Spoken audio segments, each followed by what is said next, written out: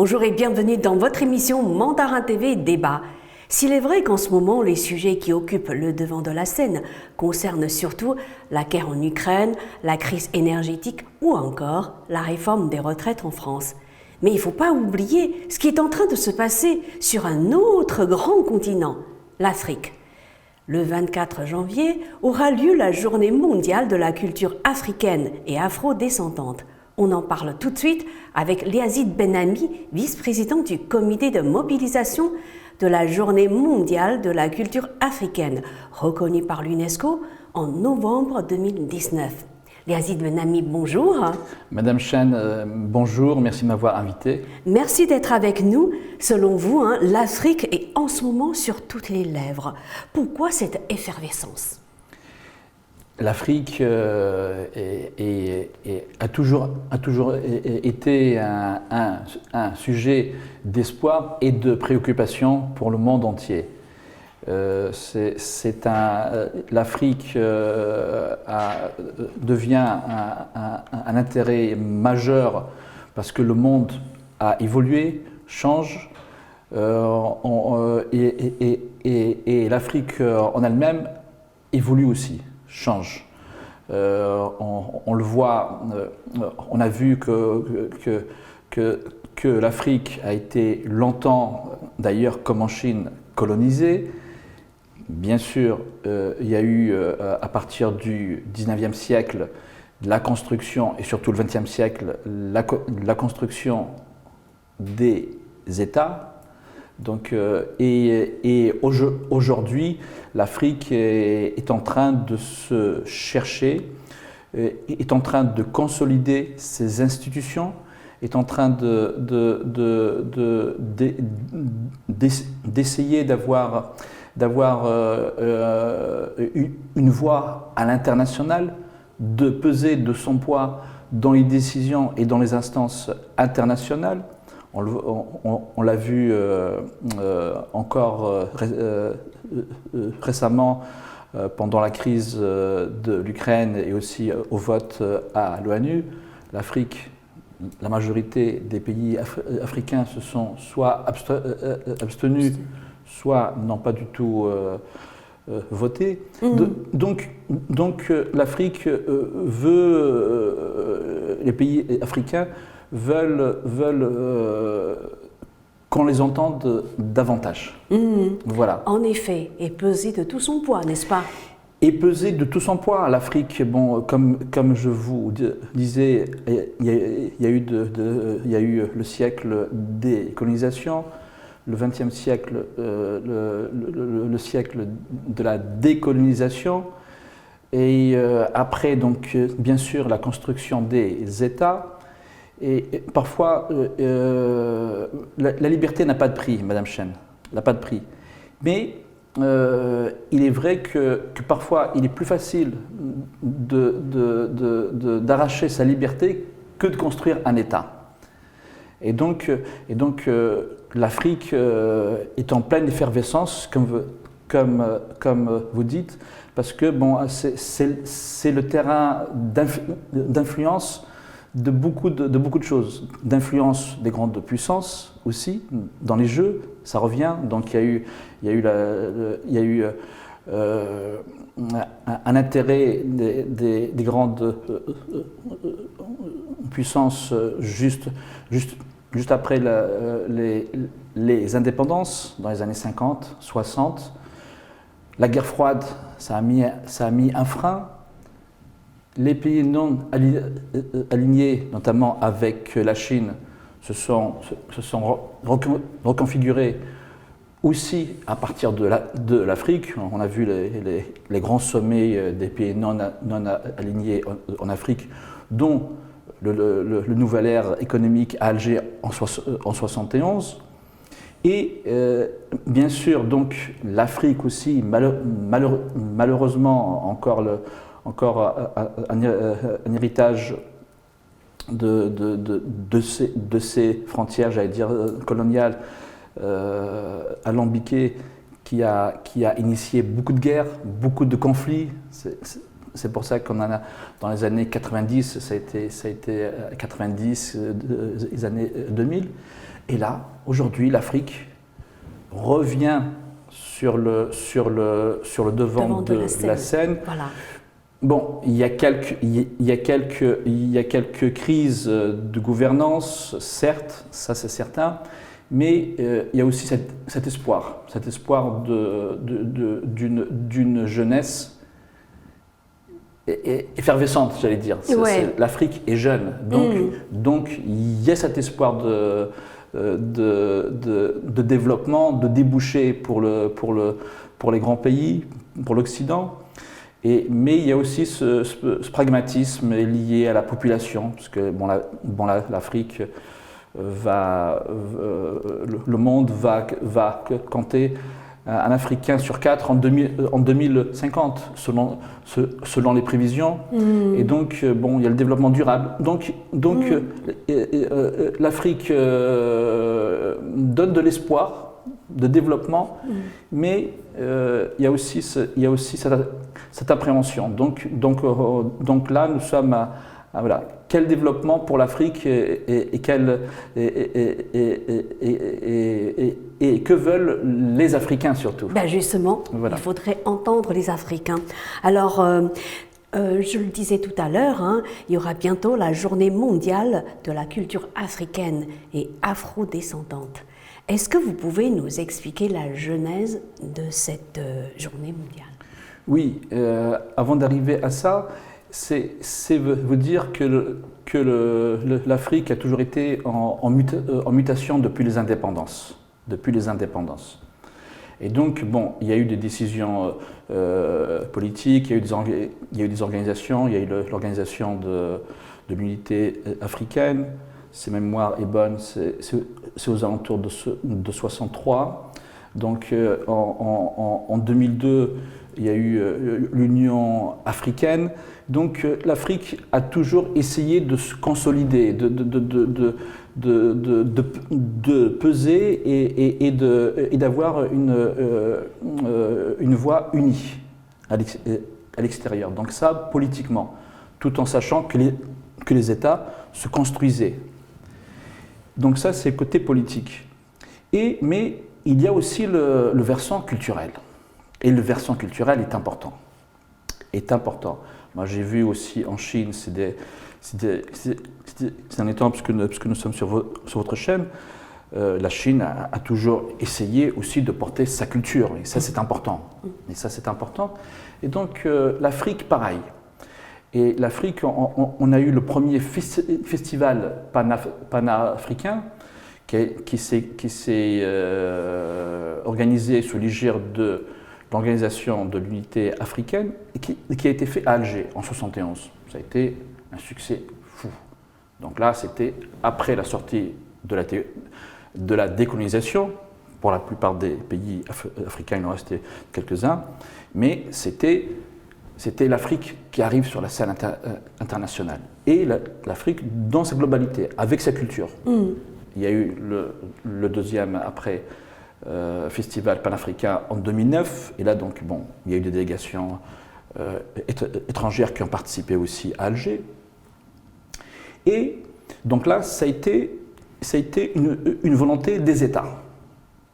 Et l'organisation de l'unité africaine à l'époque. Et arrive en 2016 cette décision de l'Union africaine, le 24 janvier 2006 à Lomé, à Khartoum, au Soudan.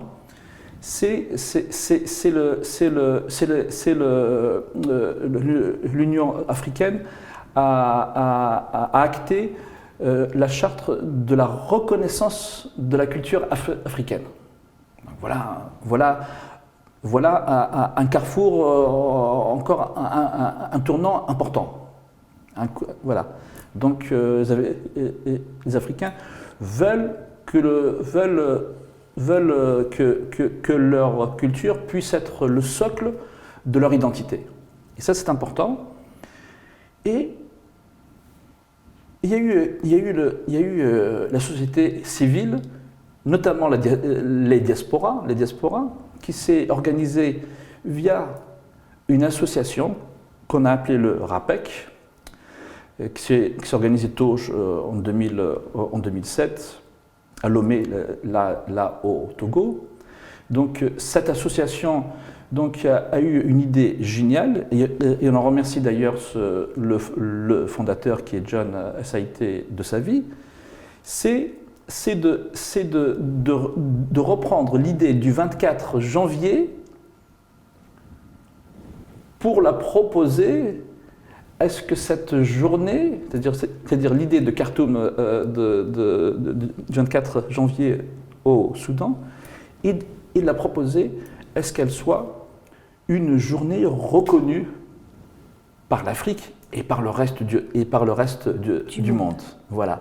Donc là, le RAPEC a fait un travail considérable. Le RAPEC, c'est le réseau africain pour des acteurs économiques et culturels. Et moi, j'ai rencontré d'ailleurs le fondateur à l'UNESCO en 2016, et cette idée m'a vraiment plu. C'est une idée vraiment géniale.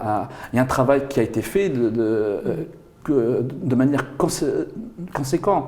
En 2012, si ma mémoire est bonne,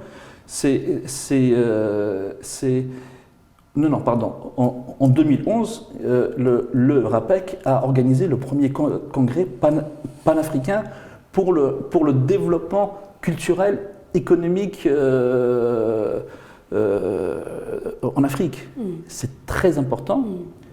Et donc, comme je disais, et arrive 2016, on met sur orbite le comité de mobilisation pour la journée mondiale de la culture africaine et afro-descendante, c'est-à-dire qui englobe les Caraïbes et le reste des diasporas en dehors de l'Afrique.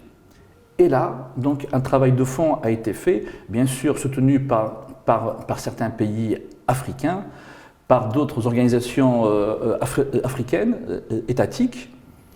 Et là, donc le projet de résolution a été mené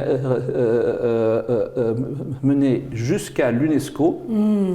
Et l'UNESCO, donc en prenant tout ce travail de fond qui a été fait, toutes ces étapes qui ont été franchies, a considéré qu'il est normal que l'on puisse reconnaître et institutionnaliser le 20 novembre 2019 une journée mondiale de la culture africaine et afro-descendante pour qu'on puisse reconnaître l'Afrique comme étant le berceau de l'humanité surtout, et aussi pour permettre à l'Afrique une ouverture internationale. Voilà un petit peu le contexte. Le contexte. Voilà. Alors pour cette année, est-ce que vous pouvez nous en dire un peu plus sur le programme de manière synthétique? Oui, je vais pas vous. Bon, pour être bref, c'est vrai que les années précédentes, à part 2020 qui a été la pandémie, voilà, avant la pandémie qui a été vraiment fêtée de manière grandiose. C'était la première année, la première édition internationale, parce que c'est la première année, c'est en 2020, la journée a été reconnue par l'UNESCO. Mais après, il y a eu cette pandémie. Et donc, bien sûr, qu'en Afrique, les États l'ont toujours célébré, cette journée.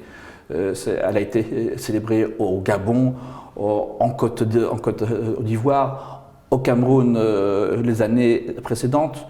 Là, on a un événement normalement à Paris aussi. À Paris, cette année, oui. À Paris aussi. À l'UNESCO ? Pas l'UNESCO, parce qu'en fait, bon,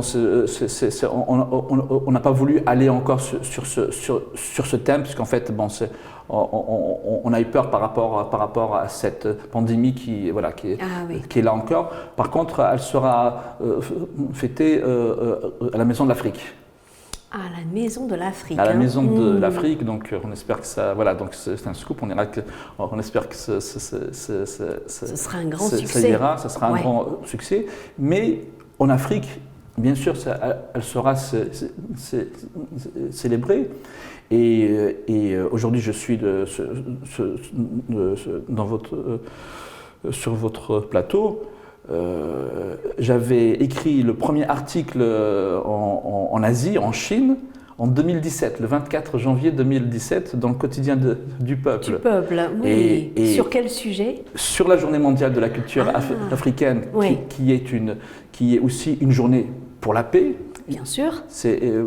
Parce que cette journée, ce n'est pas uniquement fêter la culture, c'est aussi qu'elle serve d'outil pour la résolution des conflits. L'Afrique a été le terrain de conflits énorme ces dernières décennies. Et pouvoir donner la possibilité aux gouvernants, aux États, de céder sur les traditions africaines, sur les chefferies, je dirais, c'est-à-dire sur les corporations royales africaines, sur la société civile pour résoudre les problèmes et les conflits. Et ça, donc, les traditions africaines ont les outils de résolution. Donc, ça, c'est important. Oui, oui. C'est aussi l'enjeu de cette journée mondiale pour célébrer la culture africaine. Voilà, il y a ça. Et si vous m'excuserez, j'aimerais bien aussi un jour que l'on puisse la fêter à Pékin, en Chine. Pourquoi pas? Et c'est un grand événement sino-africain. Bien sûr, bien sûr, bien sûr. Alors justement, en parlant des relations sino-africaines, est-ce que vous pouvez nous rappeler, on va dire, le contexte historique de ces relations et puis nous rappeler quelques dates importantes, comme par exemple le soutien de la Chine, non, le soutien de l'Afrique, pour que la Chine puisse entrer à l'ONU. La relation Chine avec l'Afrique est vraiment ancienne. Les gens pensent qu'elle est là depuis quelques années sur des termes, sur des bases économiques, mais il n'y a pas que ça. Dès le XIVe siècle, on avait ce navigateur Ibn Battuta qui est arrivé à Quanzhou, qui a visité la Chine de fond en comble et qui a relaté la Chine. Et au XVe siècle, quelques temps après, on a eu ce fameux amiral Zhenhe qui est venu des côtes de Shanghaïennes vers Taïkan, le maréchal, jusqu'à Zanzibar. C'est ça. Jusqu'en Tanzanie. Tout à fait. Et donc, à l'époque, l'empereur de la dynastie Ming avait même invité les rois d'Afrique à venir au premier sommet sino-africain. Donc, pour vous dire, c'est ancien. Oui. Après, bon, les choses ont fait que l'Afrique, bon, il y a eu le côté, il y a aussi, bon, il y a aussi cette période de l'esclavage juste après, période de la colonisation juste après. Et donc, ces relations, la Chine aussi, donc c'est aussi refermé sur elle-même, parce qu'en fait, il y a eu aussi l'histoire chinoise, juste après l'époque des Ming. Et la décolonisation, la Chine se retrouve au sein des pays non alignés. Voilà le grand rendez-vous. Et aujourd'hui, il y a d'autres rendez-vous. Il y a eu le rendez-vous de la Chine, comme vous dites, lorsque en 71, c'est ma mémoire est bonne, je crois que c'est le 17 octobre 1971, où la Chine a recouvré sa place à l'ONU et le veto. Il paraît que beaucoup de pays africains ont apporté à la Chine un soutien, on va dire, incontournable. Incontournable, bien sûr, parce que bon, sous le Cambodge aussi a apporté sa voix. Bien sûr, mais les pays africains ont été nombreux, dès qu'ils ont été décolonisés, ils ont eu je pense, plus d'un quart au niveau du vote à l'ONU. Donc c'était un poids. Plus d'un quart, juste après. Quel donc, soutien pour la quel Chine, soutien. surtout. Ouais. L'Algérie, sous la présidence de... en 71 d'ailleurs de... L'Algérie a voté oui aussi. L'Algérie a fait un travail considérable pour pouvoir mobiliser les autres pays. tous les pays africains pour voter. D'ailleurs, je crois que ça a été, mais c'est relaté par les historiens. Ça a été une journée folle, une journée folle. Et donc les pays africains, par intermédiaire aussi de l'Algérie et d'autres. Il y a aussi l'Albanie. L'Albanie qui avait joué aussi un rôle. L'Albanie, Algérie, parce que d'ailleurs on les appelait les 2A, c'est-à-dire ils étaient à deux à pouvoir mobiliser. Et donc l'Afrique. En faveur de la Chine. L'Afrique a joué un rôle important, et donc il y a ça. Et aujourd'hui, bien sûr, il y a aussi les relations économiques. Voilà, il y a les relations, parce que... c'est très actif entre la Chine et le continent africain. C'est très actif parce que bon, l'Afrique, c'est 1,4 milliard, environ 1,4 milliard d'habitants. C'est un débouché important pour tout l'Occident et les grandes puissances. Après, bon, il y a les modèles de développement. C'est ça. Voilà, il y a les modèles de développement. On a cette dernière décennie, le taux, si je ne me trompe pas, le taux de croissance africain avoisinait les 7% de croissance. C'est très important. Ce qui est beaucoup. Ce qui est beaucoup, certains pays plus, certains pays moins. Mais dans certaines sphères, on parle de boom économique chinois en Afrique. Pourquoi? Parce que la Chine a beaucoup investi. A beaucoup investi. Dans les forêts, dans les mines, c'est ça? Les mines, les forêts, mais surtout ce qui est important, ce sont les infrastructures. Oui, c'est vrai. Les infrastructures, pourquoi? Parce que encore aujourd'hui, il y a le développement économique interrégional et inter-région économique africain n'est pas encore développé. Parce qu'en fait, les Africains importent, ne produisent pas. Et il n'y a pas de marché intérieur. Donc là, bon, il y a des accords qui ont commencé à se faire là depuis janvier 2021 avec le ZLATA, parce qu'en fait, il n'y a pas qu'une seule Afrique, il y a des Afriques. L'Afrique du Nord, il y a l'Afrique centrale, il y a l'Afrique australe, il y a l'Afrique de l'Ouest, l'Afrique de l'Est. Donc il y a plusieurs Afriques. Et donc là, ça commence. Mais c'est vrai que la Chine, de point de vue économique, elle est présente.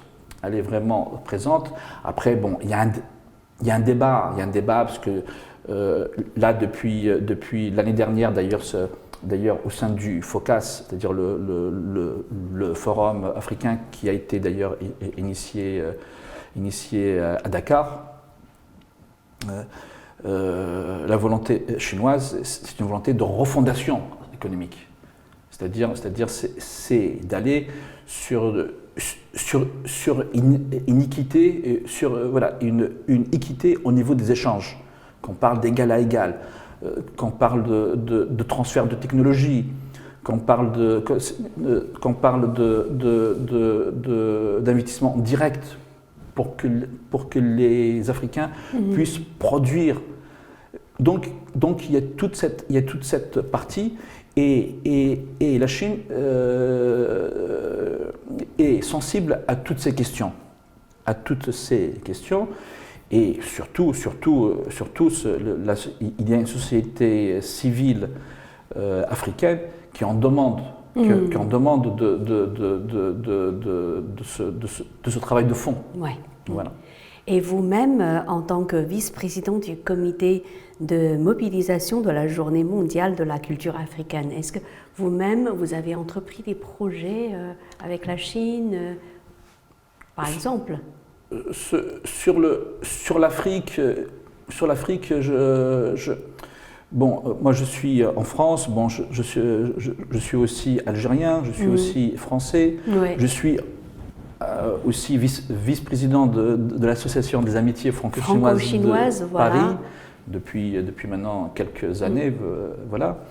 Et c'est ce que je dis à mes amis africains, à mes amis aussi chinois, c'est de continuer un développement sincère et véritable. Sur la base de la confiance mutuelle. Sur la base de la confiance mutuelle. Ouais. Il y a ça. Moi, je vois, on a parlé un petit peu de cette relation, mais je pense, ça c'est à titre personnel, hein, oui. Je pense que la Chine est une grande puissance qui peut mener une charte d'un développement éthique. Ça c'est important. Aujourd'hui, les sociétés civiles sont attentives, et elles ont raison à ce qui se passe, à ce qui ne se passe pas. Elles veulent travailler avec le monde, avec la Chine, avec l'Occident, entre les pays. Mais les États doivent se consolider. Et ça, je pense que la responsabilité des grandes puissances, c'est de pouvoir initier une charte éthique de développement et dans les affaires. Oui. Ça, c'est important. C'est important, voilà. Eh bien, le message est passé, hein. Alors, pour terminer, je rappelle que vous êtes aussi l'auteur de ce livre. Est-ce que vous pouvez nous rappeler le titre et puis faire une petite synthèse du contenu du livre? Merci, Madame Chen. Oui, ce livre, je l'ai écrit juste avant le Covid, la pandémie. J'ai voulu rendre hommage à mon oncle de cœur, qui est à Iptaten, qui était un grand... C'est dans le titre, hein, c'est dans le titre, de votre ouvrage. Qui était un très grand résistant. Donc, je dirais même un héros de la résistance. Et quel rapport avec Tintin, alors? Tintin, la résistance l'appelait Tintorel, dit Tintin. Ce sont ces responsables du BCRA, c'est-à-dire les services secrets de la résistance, qui l'ont appelé Tintin. Voilà, donc c'est un clin d'œil. Et donc il a joué un rôle très important pendant la Seconde Guerre mondiale. C'est un livre d'hommage, certes, mais qui contient une quarantaine d'archives inédites. Une partie, c'est lui qui me les a laissées via son épouse. Une deuxième, d'ailleurs, tous les rapports dits très secrets, top secrets. J'ai eu la permission par le service des archives à Vincennes, de la Défense, de les publier. Voilà, donc plus des articles, plus des archives confidentielles. Donc tout ce qui est dit est vrai. Voilà. Ça a été un personnage atypique parce qu'il a été résistant, mais il a soutenu l'indépendance algérienne tout de suite, après. Et c'était un gaulliste. C'est une voie et c'est un parcours exceptionnel. D'ailleurs, j'ai eu la chance d'avoir eu un retour du président de la République. Sur vous l'avez envoyé au président Macron? Oui. Donc, il m'a répondu Et donc c'est le travail de mémoire qui a été entamé par le président de la République par rapport à la guerre d'Algérie, par rapport au lien avec l'Algérie, avec la colonisation. Voilà un parcours et un personnage de réconciliation. Parce qu'il a combattu le nazisme, Tareq Daten a combattu le nazisme, il a combattu le colonialisme. Mais il n'a pas combattu la France ni les autres pays. Voilà, au contraire, ce n'est pas les peuples. On combat des idéologies. Merci beaucoup d'avoir répondu à nos questions. Merci à vous de m'avoir invité. À bientôt. Merci, au revoir.